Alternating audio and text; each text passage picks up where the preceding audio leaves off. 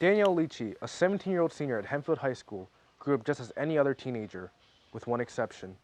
Every morning, Danielle wakes up, does her morning routine, eats breakfast, and says goodbye to her parents before leaving to school. Her parents, Edward and Juanita Lichi, are both deaf, and their daughter Danielle grew up having to learn and use ASL, or American Sign Language, to communicate with them. So Danielle, can you sort of just tell me what it was like being able to learn and use sign language at a young age?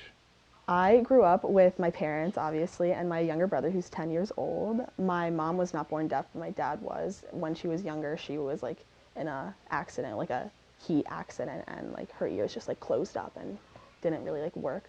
So when I was young, like ASL was just part of my life. Like it wasn't really anything like different, because you know how like younger kids with parents who don't speak English, like, it's just like a part of their life. So it wasn't really anything different for me, although I didn't talk that much when I was younger, because I would just use ASL to communicate with my parents, and when my brother wasn't here, because I'm obviously older than him, it was just different.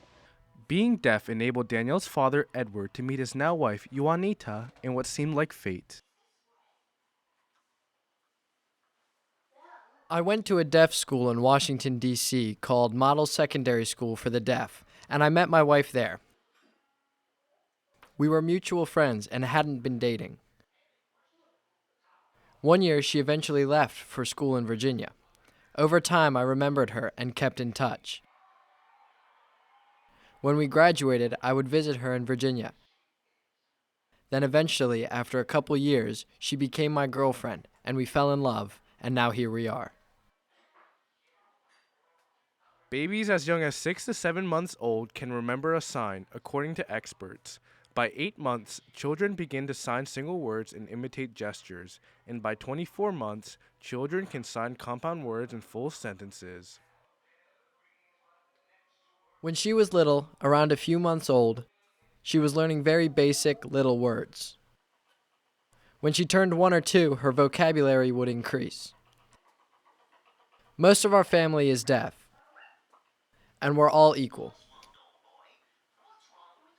According to the National Institute on Deafness and Other Communication Disorders, approximately 2 to 3 in every 1,000 children born in the United States suffer from hearing loss in one or both ears. But this didn't stop Danielle's parents from being able to raise 2 kids.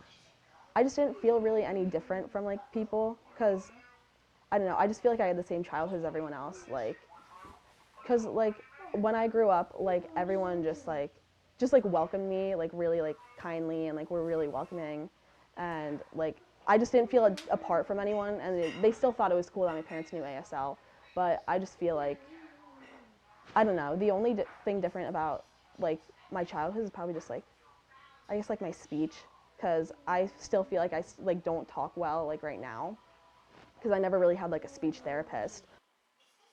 Sometimes there were words more difficult for Danielle to sign. Sometimes words don't have designated signs and you have to fingerspell. It was easy to confuse words that has signs rather than fingerspelling them.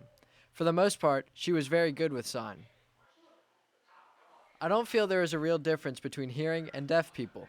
You can teach through sign, and there is no real difference or hardships. Though you may consider her situation extraordinary, Danielle considers it her everyday life. Her story is only one of many unique situations around the world.